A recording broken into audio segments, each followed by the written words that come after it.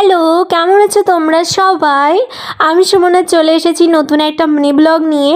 আজকের এই মিনি ব্লগের মাধ্যমে দেখাবো সারাদিনে কি করছি না করছি।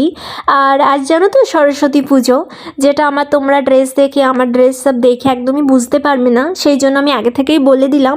আমার সরস্বতী পুজো বিশেষ কোনো প্ল্যান থাকে না, আর অঞ্জলিও দেওয়া হয় না। গত 1-2 বছরেও হয়নি, আর কোনো প্ল্যানও হয়নি, কারণ আমি ওয়েস্ট বেঙ্গলে থাকি না। যেহেতু বাইরে থাকি সেই জন্য এই বাঙালির যে ফেস্টিভ্যালগুলো সেখানে আমি পার্টিসিপেট করতে পারি না, এনজয়ও করতে পারি না। আগে খুব মনটা খারাপ হতো, এখন ব্যাপারটা অ্যাডজাস্ট হয়ে গেছে। আর এখানে অনেক নন বেঙ্গলি থাকাই, পুরোই সব নন বেঙ্গলি, সেই জন্য আর সেভাবে আর হয়ে ওঠে না।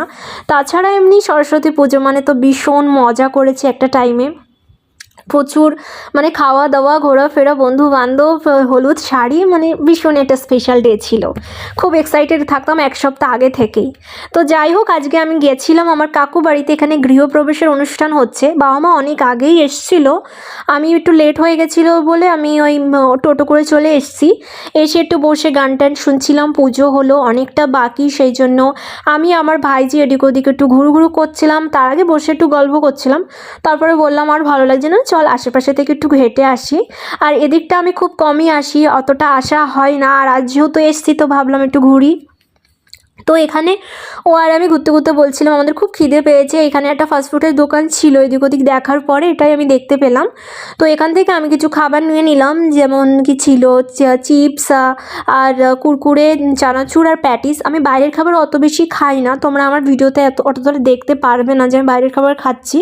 আর এই প্যাকেট খাবারগুলো তো একদমই খাই না, একটু অ্যাভয়েডই করি। কিন্তু এখন খিদে পেয়েছে, কী করা যাবে, 1-2 দিন খেলে কিছু হয় না।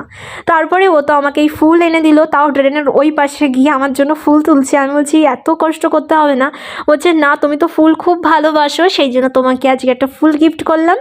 আর তোমার ড্রেসের সাথে দেখো কত ম্যাচ করছে। আর আমি কিন্তু কানের পাশে ফুল দিয়ে ভিডিও করতে খুব ভালোবাসি, আর খুব দেখতে ভালো লাগে, কিন্তু এটা ভীষণ বড় থাকায় ওইভাবে আর দেইনি।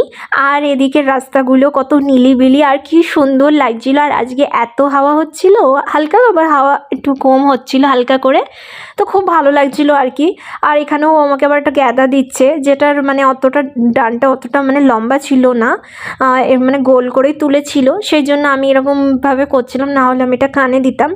তারপর এদিক ওদিক ঘুরতে ঘুরতে আমি বলছি চল এবার বাড়িতে যেতে লেট হয়ে যাবে, নাহলে কিন্তু খুব বকবে। যাওয়ার সময় দেখলাম এই ফুলটা, আমরা সবার বাড়ির পাশ দিয়ে যে ফুল দেখছি সেগুলো চুরি করছি, কেউ দেখলে সত্যি খুবই বকবে। আর এত এত সুন্দর সুন্দর ফুল গাছে থাকলে জানি অনেক বেশি ভালো লাগে। তারপরেও একটু ওই কানে দিলাম আর ভিডিও টিডিও করলাম। এরপরে আমরা তাড়াতাড়ি করে বাড়ি আসলাম। বাড়ি এসে দেখছি কাকিমণি রান্নাবান্না শুরু করে দিয়েছে। এখানে মাশরুম হচ্ছে আর সবজি টবজি সব কাটাকুটি হচ্ছে, বাঁধাকপি আর হচ্ছে কি ডাল হবে, আর পনিরের তরকারি হবে ফুলকপি দিয়ে। তো আমি একটু মটরশুঁটি টটরশুঁটি বেছে দিচ্ছিলাম, আর সবজি টবজি সব কিছু ধুয়ে একটু হেল্প করে দিচ্ছিলাম। এরপরে হচ্ছে মা আর কাকিমণি সব রান্নাটা করলো, কমপ্লিট করলো। তারপরে রান্নাবান্নার অত ভিডিও আমি আর দিতে পারিনি। এরপরে পায়েস হয়ে গেছিলো, আমি বললাম আমাকে এই থালাটাই দিয়ে দাও। আমি ছাদে বসে বসে খাচ্ছিলাম এই থালাই নেওয়ার কারণ প্রচণ্ড গরম, আর সদ্য গরমভাবে খাওয়া যায় না, তো ভাবলাম থালায় তাড়াতাড়ি ঠান্ডা হয়ে যাবে। আর এরপরে আমার ভিডিওটা এই পর্যন্তই ছিল, আর আমি সারাদিনে ভিডিওটা আমি করতে পারিনি কন্টিনিউ। তো বাই, সবাইকে দেখাবে নেক্সট ভিডিওতে।